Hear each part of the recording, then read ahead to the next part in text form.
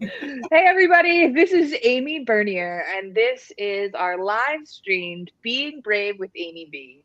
I have the pleasure of having Wendy Kelly on today as our guest. It was our last minute, like, hey, you want to do this thing with me? And she's like, yes. And I love it when people can be spontaneous with me, because we end up just having such an amazing time. Being Brave with Amy B is all about recognizing that the small steps are the big steps. And that when you are true to you in a culture that wants us all to be the same, you are living and breathing the Being Brave revolution. So, this podcast and live streaming show is all about sharing diverse stories of being brave, both large and small. And now you know it's large. Did I just go large and small? I think I did. Yeah. Large and small. I used to have this problem when I was teaching. I always be thinking ahead to the next thing and like not be focusing on the words that are coming out of my mouth. Right. And my students would be like, Miss Bernier, what are you talking about? And I'm like, what do you think I'm talking about? And then like, and they get it, and I'm like, so I was just testing you. No. Right. So large and small, as we know that the small steps are really the large steps. Put one on top of each other, on top of the other, on top of the other, and what do you have? You have a big, large step. So just remember, whenever you see someone taking large, being brave steps, there's a ton of small steps that you probably didn't even see. And this podcast is all about highlighting all of the journey, not just the highlight reel, but the part where you get up in the morning and you're like, all right, and you choose again, and you choose again, and you choose again. And sometimes you don't choose, and you're having all these emotions, and you feel it, and you work through it, and then you choose again. It's all about the real story behind the success in whatever form that's showing up in. Right. And today we have Wendy. I'm going to let Wendy introduce herself, and then I'm going to ask her to answer the question, what is your definition of being brave? Oh, you keep asking me that, Amy, and I have no freaking idea. But anyways, Totally fine. No one does. They think they do. And then we start talking about it, and it's like, wait a minute. This is more than I thought. right. So, hi, y'all. I am Wendy Kelly. I am the owner slash creative mindset slash something behind Indigo Blue Consulting and You Can't Yell at the Deaf Girl. So, You Can't Yell at Deaf Girl is my platform where I talk to people about communication empathetically and why you can't yell at deaf girl. If you can hear it, I'm deaf. You're probably thinking, how are you on this podcast if you're deaf? I can hear just enough that I can hear Amy. And I can read her lips really well. So I am deaf, hard of hearing. So with my hearing aid on, hard of hearing, without my hearing aid, deaf. So I'm both. How's that? Um, I've spent a lifetime being angry about being deaf. And so finally I realized I needed to stop screaming in order to be heard. And that realization, you know that you think about it. When people yell at you, you stop listening. You literally go deaf. And I would be walking through a room, I'd be walking down the street, and people are like, I'm honking my car at you, I'm yelling at you, and I'm like, well, you can't yell at that girl. And so it kind of became my smart aleck, smart way of breaking the ice with people and trying to make them not feel so uncomfortable about my lack of hearing. But that's where some of this comes in. I got tired of making myself less authentic to make everyone else comfortable because of my hearing. And that, I guess that would be a brave step in my saying, you know what, enough's enough. We're gonna learn how to communicate, and we're gonna communicate effectively and with empathy. So, what's your definition of being brave with all of this life experience? Honestly, it's fine to get in touch. Honestly, for me, stepping into being brave was getting rid of the bullshit and stepping into who I was and owning my gift of deafness, owning the gift that God gave me, the universe gave me, the goddesses gave me, whatever we're going to define that higher power as, and owning that gift and presenting that gift and allowing myself to not only learn from that gift, but to Mm. support others and sharing my gift. There is a gift in it.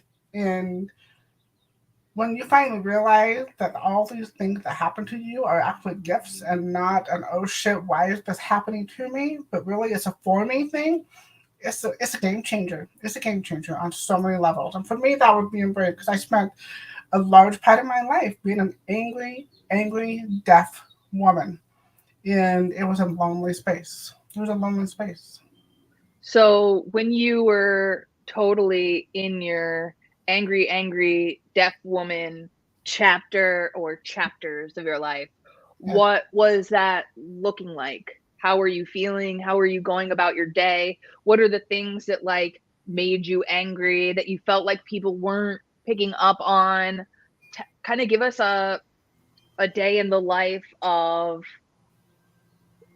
you First can't yell at a deaf girl angry mode. I've been mainstreamed my whole life, and so I'm going to backtrack a little bit to my early experiences as when I became a human. um, so my dad is also deaf, similar hearing loss, opposite ears, ironically enough. But we were both born in eras and decades where anything that was physically wrong with you was viewed as you need to go into a special home and you're not Mm, viable or valuable in society because you're different. Instead of embracing the differences, they wanted to hide you. And my dad experienced it, and I experienced it as well. My parents experienced it. Now, my mom is hearing, so my dad and I learned how to adapt so well that oftentimes people did not know we were deaf or were hard of hearing because we read lips so well. And I have thousands and thousands and thousands of dollars of speech therapy. So mhm. I don't have some of that. I do have some of that tone, that level tone that some deaf people, that most deaf people have, but I do know how to fluctuate my voice. So that's something that most deaf people don't have because you don't hear the tone differences. But so going back to that, my dad and I were both born in situations or eras where teaching your children how to sign, teaching your children linguistic, I can't say it, linguistic development, regardless of how well you hear, was not something that was done. In fact, my mom pediatrician suggested to my mom that once I turned 5 that they put me into a home for the deaf and blind. And my mom's like, I don't think so. I don't think so. And So, so she chose to mainstream me, but in that choice came the lack of sign language, this lack of learning a different way to communicate. And honestly, I will tell you, I wish I had known sign language years ago. It would benefit me so much right now. The limited amount that I do know, I've been able to teach my granddaughter, and it has been amazing for both of us. And being able to communicate with somebody who is nonverbal, who doesn't know how to use their voice yet, is huge. And that's what sign language gives you. And honestly, that's what deafness gives me. It gives me the ability to watch. I can watch people and I can usually guess what's gonna happen before it comes out of their mouth. Because you learn how to use your other senses and everything else to your advantage. So for me, being deaf, it took me a long time to realize that though. yeah. I used to where I had braces for like forever, junior high, that you do awkward junior high thing where you have the braces and you've got all the weird shit going on. And Yeah. I used to wear a retainer on purpose so that I could hide my voice. And I would just blame it on my retainer or blame it on a cold or blame it on something else. And I would never ever tell people I was deaf or hard of hearing. And if people said I was stuck up, you didn't answer me, you walked by me, you didn't pay attention to me, you're stuck up, you're a bitch, you're all that stuff. I'm like, yeah, I'll own that. But looking back now, I think if I had just turned around and said, hey, I didn't hear you. Can you repeat that? Probably would have changed a lot of the relationships for me because it damaged a lot of my relationship. It strained a lot of relationships. And I know it definitely affected my marriage, both my marriages, and it's affected my relationship with my kids a little bit too. And my oldest son wears hearing aids as well, and his loss is not as severe as mine. It definitely affected us too. It affects communication because when you're angry like that, you don't want to communicate. You just like just shut up and leave me alone. So it damaged a lot. It damaged a lot. So I am supposed to be wearing hearing aids about Not before. seven, maybe seven, no, 8 or 9 years ago. I remember going to the audiologist because my coworker, who was a substitute teacher in the classroom next door, this was when I was working in Fall River, Massachusetts. Her hearing was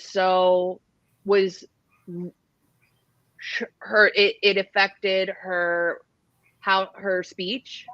And I noticed, we got to be friends, and I noticed that I would walk past her classroom, and I could see the kids misbehaving in the back of the room. Uh, And I've always been told, my mom was always like, remember to sit in the front because when you get a cold, you have a hard time hearing. And so I have a question about whether I've been hard of hearing my whole life, or whether it was, some time down the road it got worse. mhm. I don't, I lost one of my hearing aids. So didn't, I chose not to wear them. And I know, like, now that I'm starting my new job on Monday and I have insurance and stuff, I'm going to go back and inquire about that. But Insurance doesn't cover hearing aid, just so you know. it didn't before. It Yeah, didn't before. at least not here in Utah. It doesn't now, and it's a pain in the butt. Let me tell you. Yeah, they're expensive. They're expensive. I'm so And I just remember gadgets on them. like not realizing. And so she kind of like drew my attention to the possibilities of things that could happen if you couldn't hear and you were teaching. Mhm. So I said to myself, like, let's go get checked. And they called me in and they were like, you're 35, you should get hearing aids. And it was hard news to take. And there was this 2-week gap between when I was told I needed them and when they came in. And that 2 weeks was so eye-opening because now I had an awareness that I wasn't hearing when before I didn't. Right. And so when the kids would put their hands in front of their mouth when they talked, Yes. couldn't hear them. The Hmm. AC in the back of the room was so loud, it like the background noise, like I realized that if I wasn't looking at the kid while they were talking, I wasn't hearing what they were saying. And that 2 weeks was really eye opening for me. And I'm like, whoa, this is limiting me. And I didn't even know it. And And you kind of as a, didn't know still, correct? what's that? Kind of wish you hadn't known at all because you learned how to adapt, I had no idea how frequently I was reading lips. right? Right. Yep. And I would always advocate, like in Loud, when I lived in that area, when I lived in Newport, Rhode Island, and was commuting to Fall River, there's a lot of bars and restaurants. So it's a very much of a sailing and a drinking culture. So we would go out and it was always loud. And Hmm. I'd always say, like, hey, I would try to like be like, hey, can we sit over here or can we sit over there? The background noise is really, is affecting whether I can hear you or not. And I was just used to advocating for myself because, like, Oh, I noticed like a lot of things, like my grandparents when they lost their hearing, they wouldn't advocate for themselves, and it was obvious that they were missing a lot. And I'm the kind of person that like really thrives off engaging with people. So if I'm not able to understand, then it's like I'm not fully expressed, you right. know? Um, so, but like anything, especially when you're something's new and I was super self-conscious, I was super self-conscious. But nobody knew. I told my students because in the classrooms that I create, whether it's adults or children, we take care of each other. We talk to each other, we share. And I remember saying like, I'm really nervous about this. And they're like, Miss Bernier, they're like, now you're gonna be bionic. That is so cool. The only reason you should be upset is if like they couldn't, if like nothing could help it. But like, there's a solution. You have a problem, and there's a solution. So what's there to be upset about? Right? How old were your students?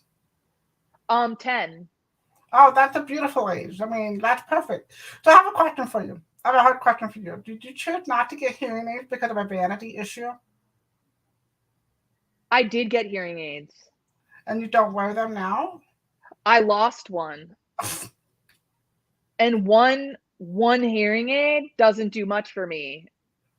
That's Um, all I get. So I'm laughing because I will tell you, I have a couple of friends who, as we age, they've noticed their hearing going. They're like, we have to get a hearing aid. How have you dealt with this your whole life? I'm like, why do you think I keep my hair down all the time? I never wear my hair up.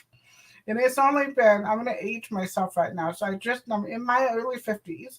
So it's just been this last 5 years or so that I have been comfortable pulling my hair up into a ponytail and going out in public and letting people see that I have a hearing aid. oh yeah, it wasn't that. You know what was it was for me? I've been single for a long time, and at the time I was like actively dating and stuff.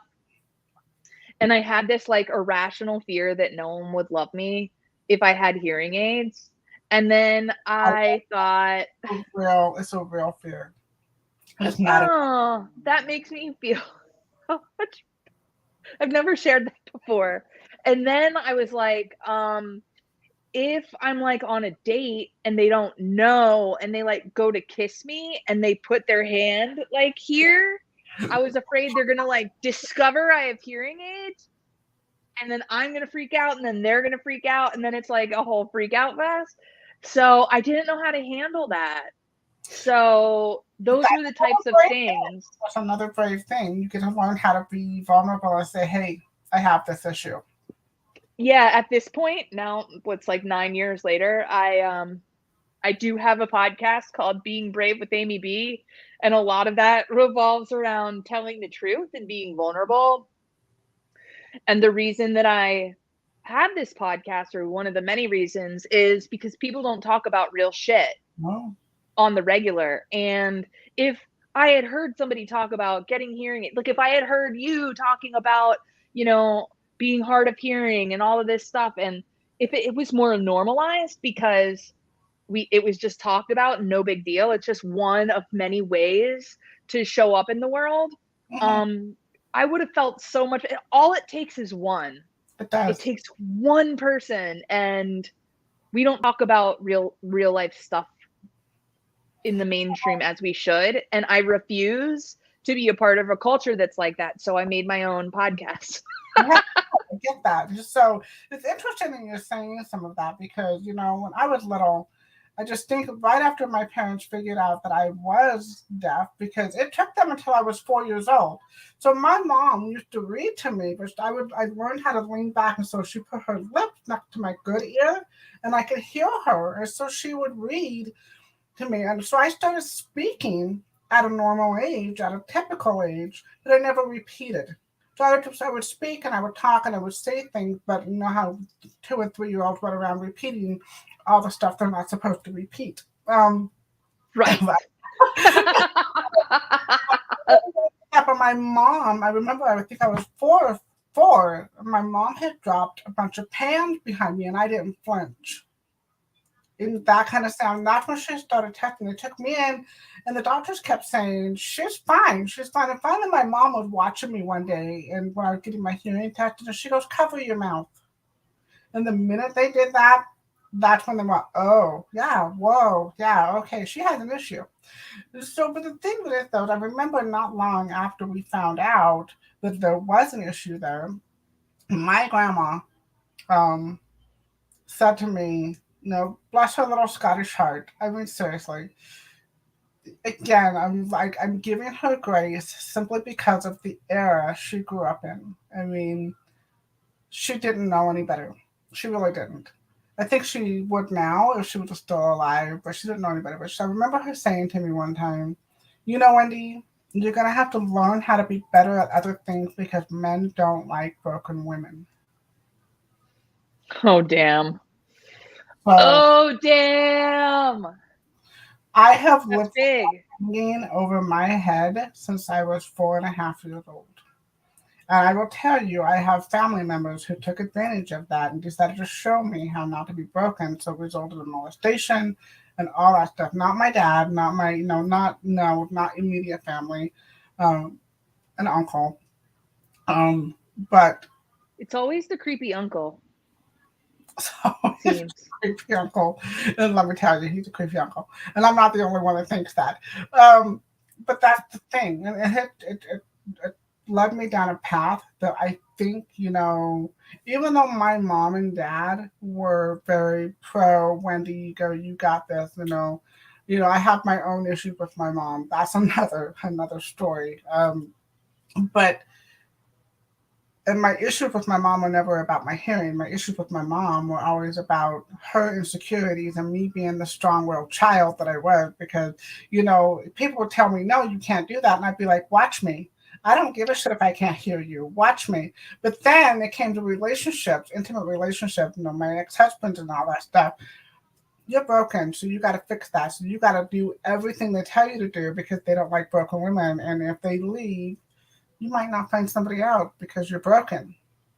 So how do you weigh that with your professional life where you're not, where you are kicking butt, and then you go into this personal life where you're picking really poor choices for your life? You know what I mean?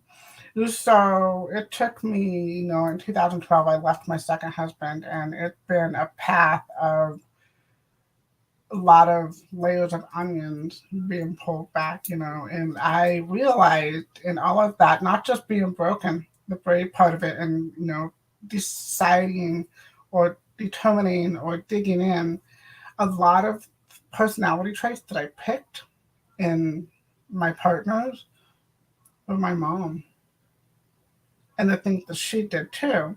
So there's this weird dynamic, and maybe you understand this a little bit. I think everybody has this sometime. It's a weird dynamic because I'm dealing with a disability that I don't want to be called disabled. I don't want to have people know about it, but I'm also broken. So this is the weird brain dynamic going on here. So I know I can kick ass, but you can't love me if I'm broken. So how do I fix that? It sounds like it sounds like It no sounds like. no pun intended. Um it sounds like very much like a survival mode. Like there's this survival mode here where you're like, I can push, I can force, I can work harder than everybody else. And I relate to that personally. But then when it comes to the giving and the receiving, it's like, oh, I'm good in this because I can get it done. But in relationships, there's a give and take. So if you've been trained that love looks like mom not being so kind to you or Mhm, having like manipulative tendencies, mhm. then what I had to learn was that it makes total sense that I would have picked partners that were like that. And I did. Yes. And really, if when you have no other reference point Mhm. for relationships, then of course you're going to choose relationships that mirror that. Right, right. Like, It's a weird thing though because I say that, but my mom has also been somebody that has swooped in several times and saved the day for me. I mean, it's an interesting dynamic with my mom. We have this really weird relationship. I know I can count on her, but I don't trust her with what I tell her. That makes sense. I can count so when I come to the everyday stuff, but when I need to talk to her about my emotions, she's the last person I'll go to. So, So she sounds like she's similar to you. She can get it done. She can be there. She can take the action, but when it comes to emotional emotionally relating with you, that's where you feel uh the instability. Like you can't count oh, on that. yes. And that's a big deal. Yeah. Like that's a safety issue. When Hmm. you don't feel safe emotionally, and I think we learned this in with Nick in the SG4, is that emotional pain is equivalent to physical pain. It is. Like there is a correlation there. Hmm. So maybe you have all your basic needs met. Everything's taken care of and you can rely on someone for that.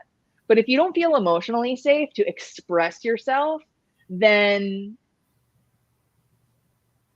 it's almost as if someone's physically hurting Right. you. And that's kind of what the weird space we've been talking about. See, I will do anything for my mother except share my feelings. I, And where does connection come from? my mom would do anything for me, but we do not talk about feelings. We never have, we never will. And even though I've begged for years for let's get some support and stuff like that, and I'm knowing whoever's listening to this, please know that I have the utmost, love for my mother. Because I have several people that know my mom well, but this has nothing to do with disrespecting my mother. This has everything to do with protecting myself and making sure I'm serving myself and not doing what I'm not. I don't want to repeat the cycle. Yeah. And And that's what's you're happening. it's possible that your mom was never taught the skills You to know, be able to relate to you in that way. right? So it's highly likely because we repeat patterns, like you're saying, I don't want to repeat the pattern. Like, Right. I want to heal this generational thing. Just know it's been passed down and passed down and passed down. And it is a big responsibility to those of us who say, like, this stops with me. It is. And It is. that's what you're doing. That I hear that that's what you're doing. Yeah, and it's also a pretty powerful thing when you it stops with me. I'm not doing this anymore. And allowing yourself to be called out by your own kids when they see you doing similar things, and you're going, okay, great, okay, got it. Let me work on that. But at the same time, giving the grace that my mother deserves too, and she does deserve a lot. She's been through hell in her life. I mean, there's stuff that I know she hasn't told me that has been pretty horrifying for her. And so she deserves grace on that because I've never felt like she doesn't love me. She doesn't know how, and there's a big difference. There's a big difference there. So And how beautiful of you to be able to recognize that, to be able to pause and not only recognize that, this stuff really does trickle down, mhm. as well as give your children permission to call you out. Because so much of this stuff is like, it's like subconscious. Like we don't even realize we're doing it. We need other people to lovingly and compassionately call it out. And I think that that's a scary. I'm not a parent, but I work with parents and kids, and I know that it's a scary thing to give your kids that power, and it's so fucking important. It is, and that's where it comes in with communication too. That's part of what I talk about when within the trauma responsive. Not trauma informed. Trauma responsive is a step down. I mean, I'm never ever going to say I'm trauma informed ever, but trauma responsive is making sure you know that there's some trauma that's happened, so you're going to address people in a way that's empathetic and conscious of the fact that there may be trauma there. And so, within the communication, like I was saying earlier, I knew I was screaming all the time. I was screaming to be heard. And I'm like, wait a minute, how are you going to be heard if you're screaming all the time? Because nobody wants to listen to you if you're screaming. And so that's where the empathetic and the empathy, the compassion, and the effort and the intention and the clarity come in with communication on all levels. And that's what I do for people. It's like, wait a minute, stop for a second. just because you don't agree with somebody, and just because you have an experience with somebody that may not be great, doesn't mean you can't put yourself in a space of, I'm going to listen for a second, and maybe, just maybe, I'm going to understand where they're coming from so I can maybe meet them where they are.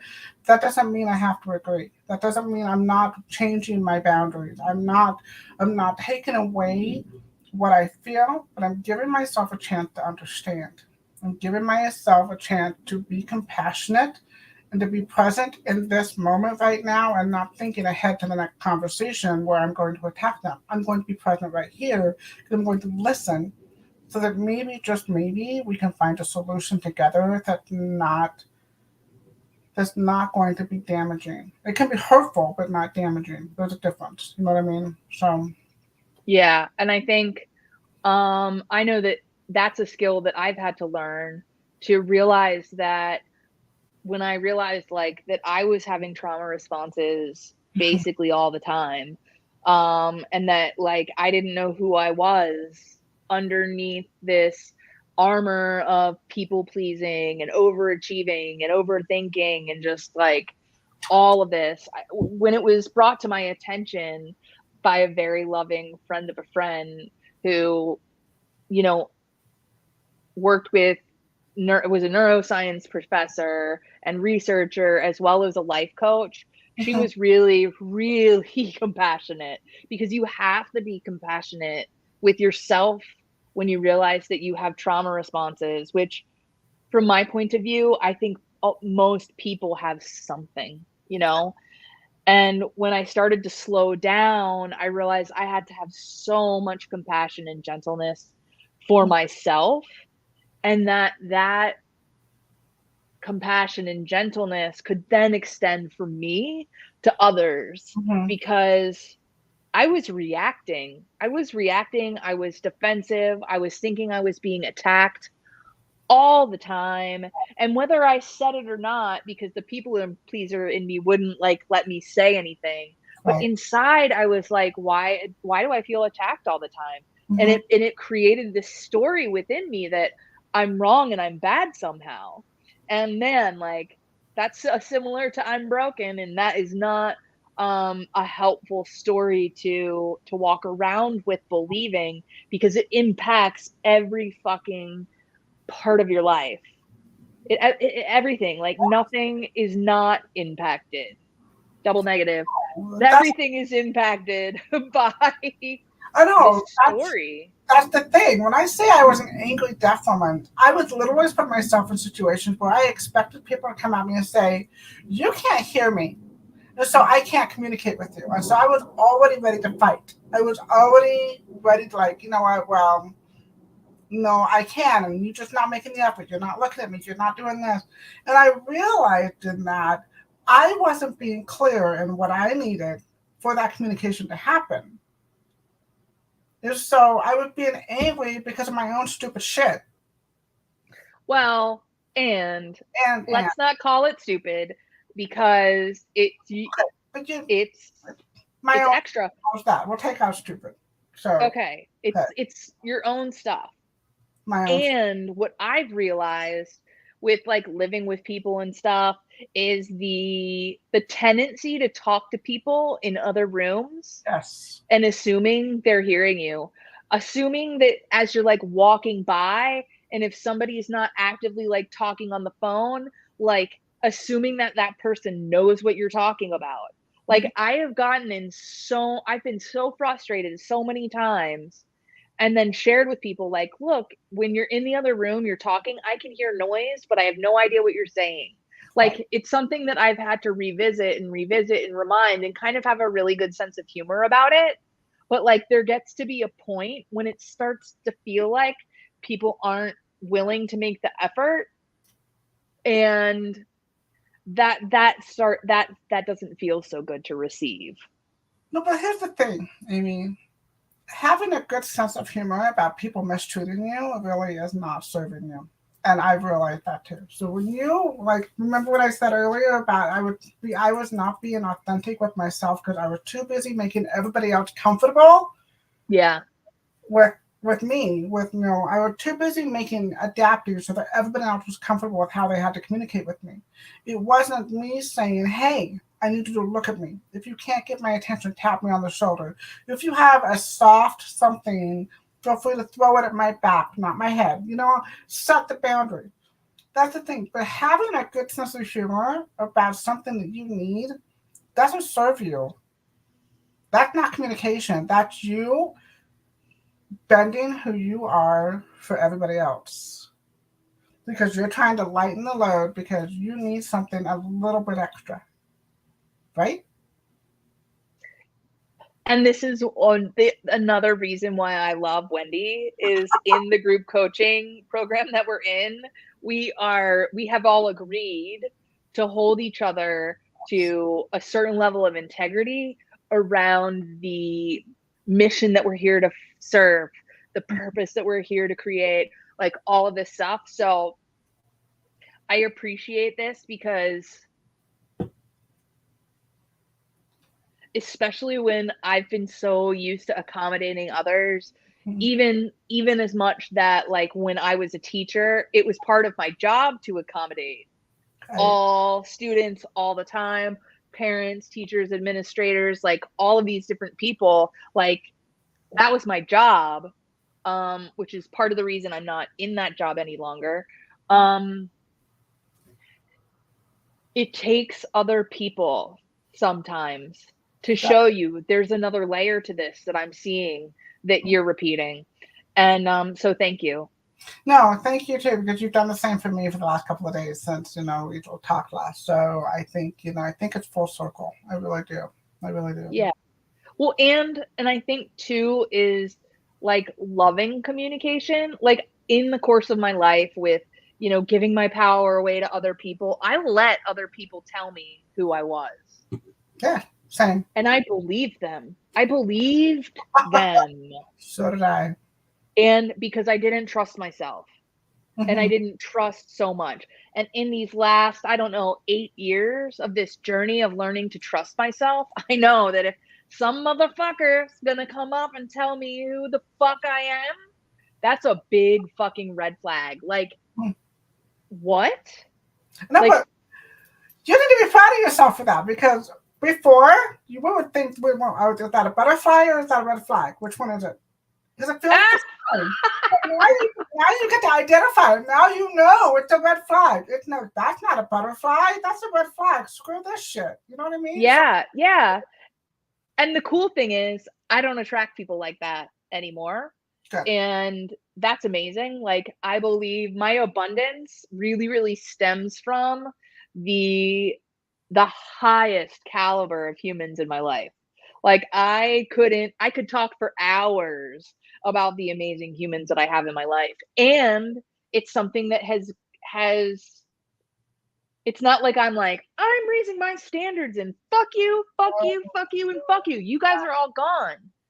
It wasn't like I planted a flag in the ground and said, fuck you to all these people. I just knew that, oh, that doesn't feel good. That's not for me. I can communicate that. And if that person responds with respect and honoring me and how I feel, cool. And if they don't, they can go on their way.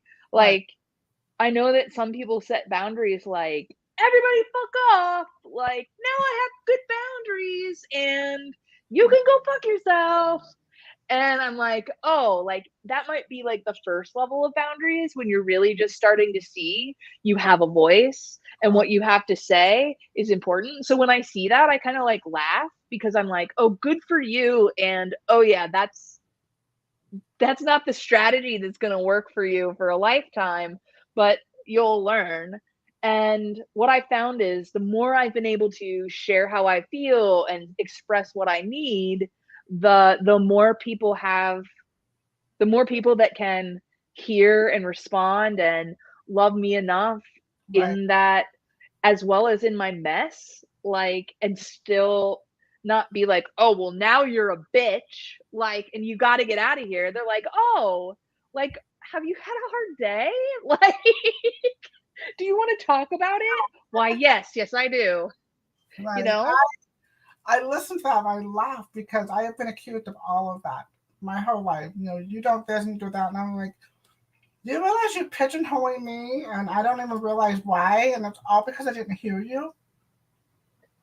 It's all because I didn't hear you. And so instead of someone taking an effort and trying to understand that's the whole thing with you can't yell deaf girl, make the effort. If you don't think somebody is hearing you, stop them and say, hey, what am I saying that you're not getting? How can I meet you where you are so you're receiving what I'm saying and we can find a solution or a course or whatever? Even if it means we go our separate ways, even if it means we don't continue on this path together, I want to make sure we're clear. So that effort is so tiny for other people to make. And honestly, I don't think it has anything to do with how well you hear. That effort should be being made no matter what, right? Yeah, I think that the reason, I think as I've observed people and had my own experiences, it really feels like, because I've had this experience where I realize when my trauma responses Yes. are on alert, that I am not seeing things as they are. Oh, I'm seeing things through glasses that say I need to defend myself. So whether somebody's speaking kindly or sending a, like, I won't have disagreements with anyone over text or messenger anymore. I need to talk to you. I need to see your face. I need to hear your voice, mhm. because so many misunderstandings in relationships. And I can think of a couple off the top of my head where, like, I knew that if we had had a conversation, that the relationship itself wouldn't have dissolved how it had. However, like, it takes two to desire to be clear, and if I, and it takes two people to see and recognize and have an awareness around, oh shit, I was just triggered. So I, I need to let you know right now that I'm not going to hear you the way you're likely meaning it. So I need to be with me. mhm. I need your understanding and your love. And can we revisit this in an hour or tomorrow or something like that? Like, I'm so aware now of, and I've been aware of how I turn into a cold-hearted bitch when I'm having a trauma response and I think somebody's attacking me. I will cut a bitch and cut you out of my life. And that's not, and when I saw in my like late 20s that I was doing that, I was like, oh shit, this isn't how I want to this No. isn't how I want to conduct myself. This isn't who I am. And I got really curious about where it was coming from. And I realized it was repeating a pattern, Yeah. and that wasn't my pattern. And that so I needed to have that awareness so that I could choose differently. Right. And it made all the difference in the world, One of the really. like three questions, like three, not two, three questions I tell people that when I'm working with them and coaching executives, whatever, there are three questions you can ask when you're in a conversation. Am I listening? Am I listening to give feedback? Or am I just going to be the whipping post? And then you flip that around when you're the whipping post. Because sometimes people just really need to vent. Venting and being the whipping post are two different things. Because sometimes people just want to just completely let go and not have somebody respond. On the flip side of that, you also have a responsibility to say to somebody, hey, I need to vent. Can you just listen? Hey, I want to tell you something. Can you give me some feedback? Or, hey, I'm about to say some shit that's going to be really, really mean, but please don't take it personal because it's not about you. I just need to say it to somebody, and writing it down in a letter is not going to work. So, being that clear when you approach a conversation is crucial and it's kind. And it also sets the tone to let people know that you're going to be clear in your communication and you're not going to cut a bitch when you're done. You know what I Yeah, mean? I haven't cut a bitch in a while, and I'm really proud of myself. Right. And there's a time when it is appropriate to Yeah. cut a bitch out of your life. Right. But what I found is that I am always needing to check in with myself to see where I'm coming from. you Mhm. know, and I have certain cues, certain things that I think, or certain behaviors that I exhibit when I am upset and not realizing it in my conscious mind yet. So I will keep an eye out for those. Mhm. So I really desire, to be in friendships and relationships and romantic relationships with people that have some kind of awareness around this for themselves. Mhm. Because otherwise it just feels like trauma bumping trauma. And if Well, you think every time I need a chance to like be with myself in order to care for that part of me that's that's triggered, I guess. yeah. Like if you think that that's me abandoning you or not loving you instead of seeing it as the most loving thing I can do for myself and you, then we don't speak the same language, you Right. know? You know what, Amy?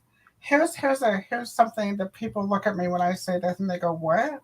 How is that being empathetic? You are not responsible for how everybody else feels. Oh, hell no, I'm not. You are Hell responsible. no, I'm not. You are responsible for how you react. You are responsible for how you act. You are not responsible for anybody else. So what I've learned in going into new relationships, friendships, however they look, professional, personal, whatever, I am going to hold myself to the highest standard that I expect from myself. I am going to be responsible for my feelings. I'm going to be accountable for how I behave. And I'm going to expect the same from you. You do you, I'll do me, and we'll meet in the middle. And usually, what that does is it sets the stage for a great relationship, regardless of the kind of it is, because they know you're being authentic and they know that you're going to say, "Hey, I'm feeling this way right now." And you're not going to go, "You're doing this and you're doing that, and you. Hey, I'm feeling attacked because I feel this because I'm going to be responsible for how I'm behaving right now because this is making me feel this way. Can you help me understand?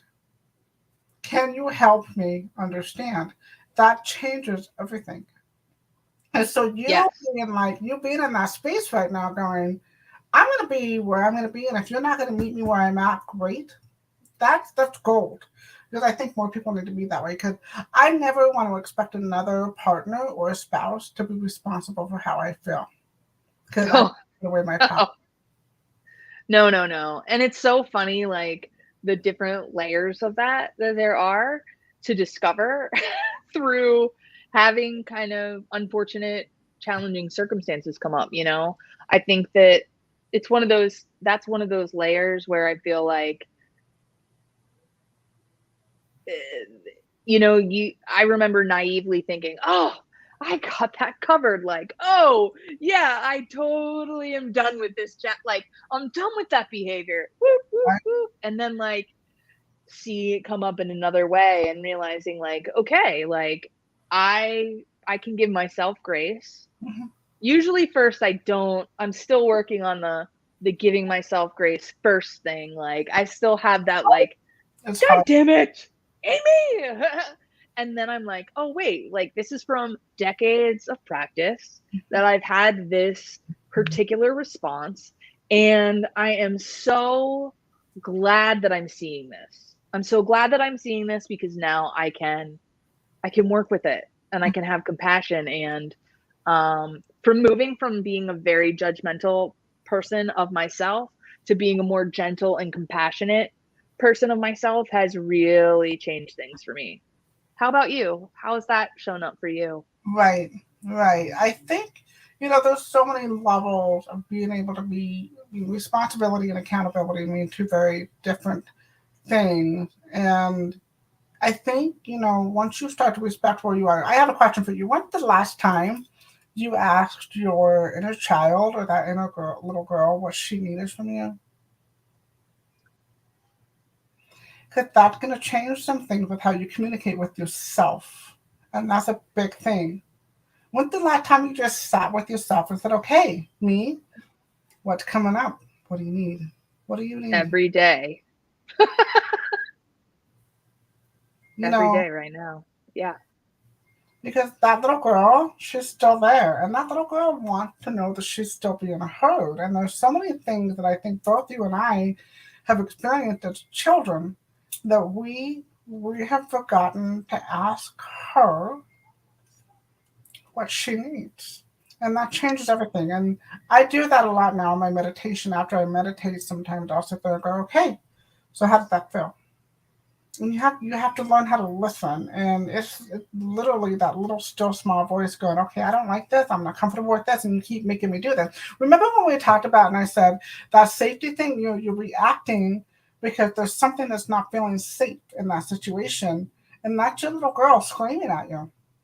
And so that communication coming back up, and if you feel yourself getting triggered, okay, what's happened to me, what's happened to me in a way that I'm not recognizing that my little girl's not feeling safe or heard, whatever it is, safe, heard, fed, clothed, whatever that's feeling. When's the last time you've actually really just sat there and went, okay, I'm in this situation and I know I need to feel heard and I know I need to feel this. What do I need? What do I need? Every day. What do I need? Sorry, I'm being That's someone okay. child. You want my purse? Shocking. I every day, in one way or another, every day, many times a day, I check in with myself. Right. No. Because otherwise that part of me is running in fear most of the time. With the transitional place where I am in my life currently, my inner child is talking to me quite often, and I'm learning a lot of things, and a lot of it is like I bought jelly beans at the grocery store the other day because my inner child was like, "Ooh, jelly bellies, we haven't had those in a long time." And I totally did that. I love movies. Like, I love movies so much. I watch a lot of movies because my inner child loves it. And those are the ways that I give myself a container for safety. Good. And when that part of me feels like I'm listening, as transitional as my life kind of has been, I'm still giving to that part of me, because really otherwise I'd probably be, I don't know, on the floor having an anxiety attack all the time, when now I'm only doing that like every once in a while. Okay, so maybe once a day. All right, I will be honest. But it's not all day, every day. You know what I mean? Right. No, I get it. No, it's interesting because there's so many things that people are scared to talk about because they feel like people are going to judge them. And we're learning this right now. It's not the other people that are judging us, it's us judging ourselves and what we're going to say. Yes, and that's why I work on sharing so openly on social media, is because I really want to embody the mission that I feel called Right. to share. And that means sharing from a place of, this is what's happening now. And I did so the other day, and it was interesting how different people responded, because I realized like I was sharing a very vulnerable thing, but I had gone through it with my coach, Matt Smith.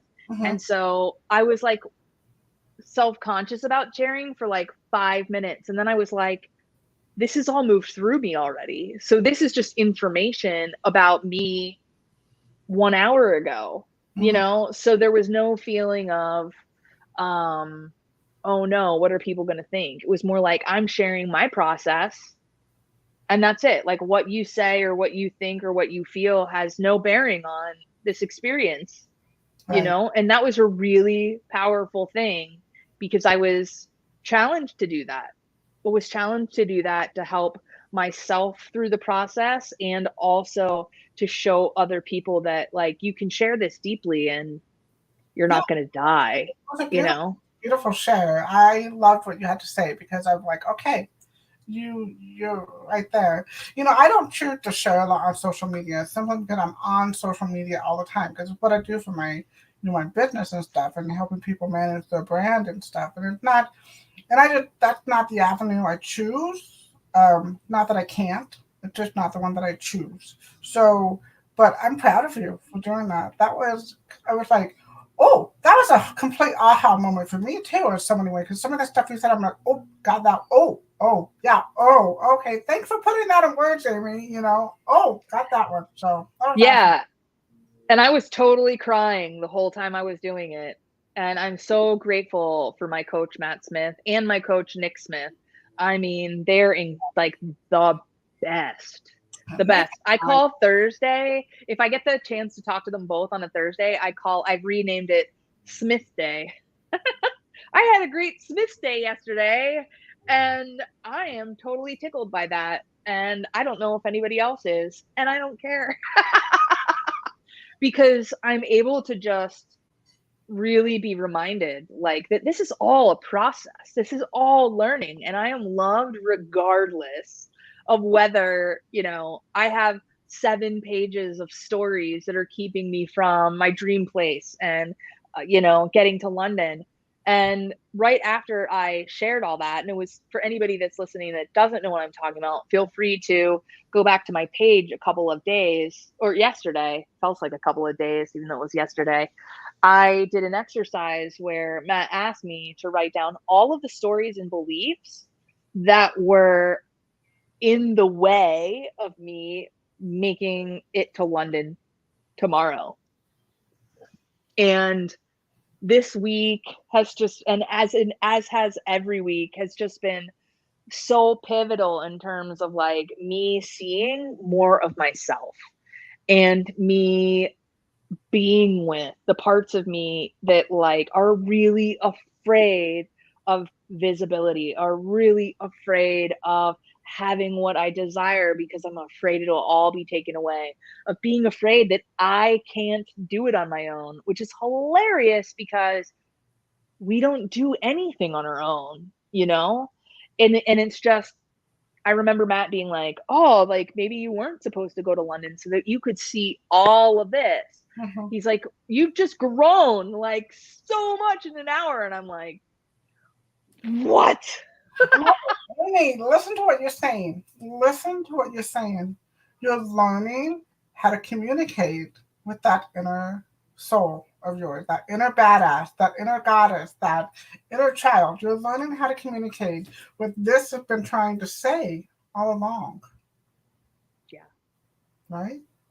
So it's a beautiful thing. It's been beautiful watching it. Really have. You know, and and I feel so much better and so much like money and like connection, and so much as like every time I've chosen to be more me, Hmm. there has been amazing energy, amazing, powerful energy put out, and amazing things coming back. And what I realize is in this journey I'm not used to my capacity for Right? being in that big, free, powerful me space. Like, it feels amazing when it's happening. And it's like the next day, it's like, oh God, what did I do? Yeah, And a but lot of, that's what communication is like too. And I know I keep going back to that, but that's exactly what empathetic communication looks like, regardless of the situation you're in. That's exactly what it looks like, whether it's with yourself, whether it's with someone you're having a hard time with, whether it's with an ex or your soon to be ex or your future ex or whatever. You know what I mean? But there's no future X, oh, shit, Wendy. well, future ex. I'm being a smart He ass is right now, but here. He whatever. is here. I've called him in. Right, right. But what I'm trying to say is you're doing this. I'm listening to you, and I'm like, that is the basis of clarity. That is the basis of being clear and stating your intention and what you want. And that in itself is all communication really truly needs. Regardless of what. So we need to wrap up. Well, we don't need to wrap up. We can do whatever the hell we want. Right. However, I told you I was going to share an hour with you, and I want to honor that Okay. for myself as well for you. So my last like big question that I ask all my guests is, if you had one thing that you could instill, plant a seed of wisdom into every single person in the collective, You wanted all of them to know this thing for sure. What would you want people to know? You know, that's like, I have like five things, but I'll do with this. So I talk a lot We about don't follow rules here. You can share the 5 things. Here's the thing. Empathy, I talk a lot about empathy and communication, and we've talked a lot about empathy with ourselves and empathy for others and everything. There are so many people that think that empathy means giving away your power, or you're being weak, or you're taking on other people's feelings. Empathy is not agreement. Empathy is not saying you're going to carry someone else's load. Empathy is walking with someone and supporting them as they're figuring out their own stuff. Again, we go back to, you are not responsible for somebody else's feelings. However, that doesn't mean you get to be unkind or uncaring or not available. What it means is you're setting your boundaries. You're still available to the extent that you're able, to the extent that you're emotionally and physically and mentally able. And you're clear about it. And you're clear about it. So I think what I would leave with people is, your empathy means that you give a shit. Empathy does not mean that you're going to take on everybody else's feelings, and you're not going to be responsible for how they feel, but you are going to support them as they figure it out. And that takes really good boundaries too, because some of us don't, like, as a young person, for me, it just felt like the feelings were coming on to me. I didn't realize that I had a choice, that I could create boundaries, that Right. I could say, okay, that's theirs, this is mine, and have that awareness. So I there's think a practice. There's a practice here. I think the minute somebody tells you you don't have a choice, that then you make the opposite choice. I mean, that's what I've learned in Shut my up. life, right? Stop telling me who I am, Wendy. I